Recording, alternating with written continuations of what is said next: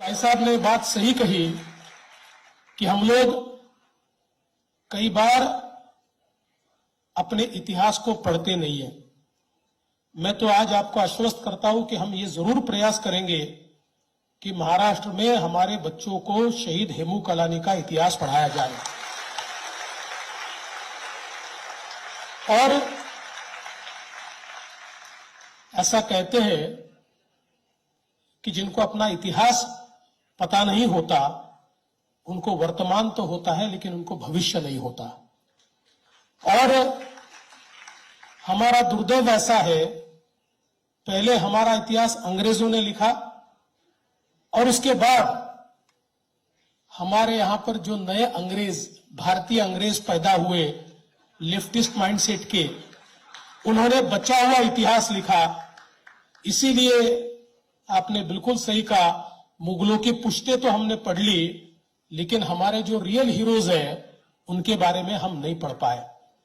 पर अब परिस्थितियां बदल रही है और कई लोगों को लगता है कि भारत का इतिहास तो ये मुगलों के आने के बाद, अंग्रेजों के आने के बाद शुरू हुआ, लेकिन अब दुनिया भी इस बात को मानती है कि केवल भारत का ही नहीं, पूरे दुनिया के इतिहास में सबसे पुरानी कंटिन्यूअस सिविलाइजेशन, सबसे पुरानी सभ्यता ये सिंधु घाटी की सभ्यता है।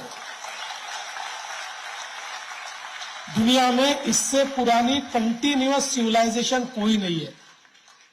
जिसको दुनिया की पुरानी सभ्यताएं हम कहते हैं वो 3000 साढ़े 3000 साल पुरानी है, लेकिन अब सिंधु घाटी सभ्यता के जो अवशेष हमको मिलते हैं वो स्पष्ट रूप से कहते हैं कि in its fully developed form, आज जैसे नगर है ऐसी नागरी इकाइयों के साथ in its fully developed form हमारी सिंधु घाटी सभ्यता ये कम से कम 8 से 10,000 साल पुरानी है। और ये समाप्त नहीं हो पाई। समाप्त करने के प्रयास बहुत हुए लेकिन ये समाप्त नहीं हो पाई। इसलिए मैं ऐसा मानता हूं कि हम सब लोगों को ये ध्यान में लेना होगा कि हमारा इतिहास, हमारी संस्कृति, हमारी सभ्यता ये दुनिया की सबसे पुरानी है और इसमें कुछ तो खास है कि इसको कोई मिटा नहीं पाया। इसीलिए जब प्रधानमंत्री जी कहते हैं कि 21वीं शताब्दी भारत की होगी और जब हम अग्रसर होते हैं तो इसका एक ही कारण है कि हमको मिटाने के प्रयास कई हुए, हमको कोई मिटा नहीं पाया। और अब दुनिया भी ये मानती है कि दुनिया के लिए विचार देने की ताकत और शक्ति केवल और केवल भारत में है। मैं आज के इस मौके पर फिर एक बार अमर शहीद हेमू कलानी जी को वंदन करता हूं।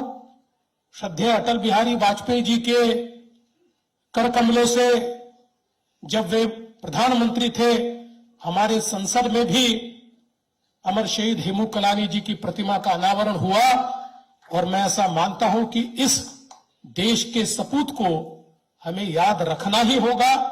100 साल, 200 साल, 300 साल, जितने साल चले जाए, क्योंकि उनकी शहादत से ही आज हम लोग स्वतंत्रता का अनुभव ले रहे हैं, हम लोग आज चैन की सांस ले रहे हैं। तो उनको भूल जाएंगे तो मैं ऐसा मानता हूं कि हम लोग आगे बढ़ नहीं पाएंगे। मैं फिर एक बार हमारे सभी आयोजकों का भी बहुत बहुत आभार व्यक्त करता हूं कि आपने इस बहुत ही अच्छे कार्यक्रम में यहां मुझे निमंत्रित किया।